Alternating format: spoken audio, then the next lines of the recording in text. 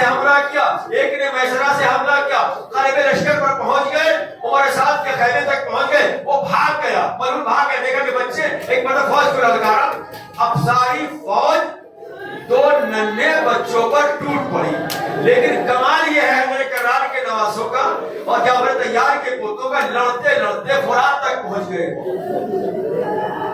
فرات تک پہنچ گئے۔ جیسے یہ معلوم ہوا زینب کو کہ میرے بچے فرات تک پہنچ گئے، زینب کی تشویش بڑھ گئی، میرے بچے چھوٹے بھی ہیں، پیاسے بھی ہیں، کہیں ایسا نہ ہو کہ پانی پی لیں اور میں شرمندہ ہو جاؤں۔ تو زینب نے جیسے یہ سوچا، ایک مرتبہ عجیب و غریب منظر ہے، حسین کھڑے ہیں، زینب حسین کو دیکھ رہی ہے، حسین مقتل کو دیکھ رہے ہیں۔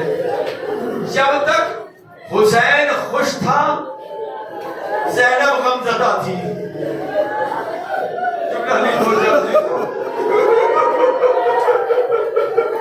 حسین خوش کیوں تھا؟ کہ ابھی اور محمد زندہ ہے نا۔ جب تک حسین خوش تھا زینب غمزدہ تھی۔ ایک مرتبہ حسین غمزدہ ہوا، زینب خوش ہو گئی کہ میرے نانا اس دین کی راہ میں قربان ہو گئے۔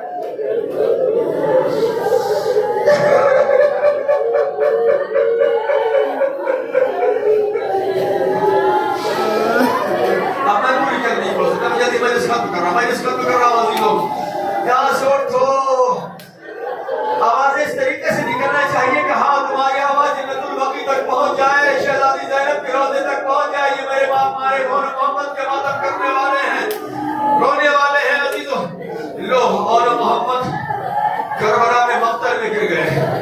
میں نے علماء سے سنا ہے کہ ادھر سے عباس چلے، حسین چلے، بھانجوں کے قبر بھانجوں کے قریب پہنچے تو اب یہ علماء بیان کرتے ہیں کہ ایک مرتبہ بھانجوں نے ماموں کو آواز دی اور آواز دینے کا یہ دونوں ماموں بھانجوں کے قریب پہنچ گئے تو ایک مرتبہ اور محمد دونوں کہتے ہیں ماموں جان اماں کو میرا سلام کہنا اور میری طرف سے گواہی دے دینا کہ اونو محمد دریا میں گئے تو تھے مگر پانی نہیں پیا۔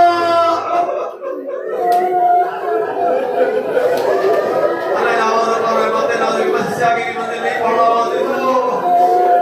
آپ یہ کہہ دیے گا اماں سے کہ پانی نہیں پیا۔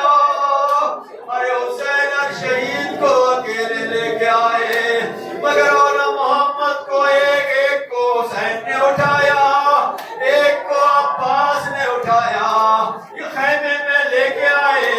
ابھی تک جو بھی شہید آیا زینب سب کو پرسہ دیتی تھی، لیکن جب اولا محمد آئے ہیں نا تو زینب نظر نہیں آتی۔ ایک مرتبہ حسین نے کہا ارے میری ماں جائی زینب کو بلاؤ، ارے زینب آئی، لاشوں کے درمیان بیٹھ گئی۔ ایک مرتبہ ایک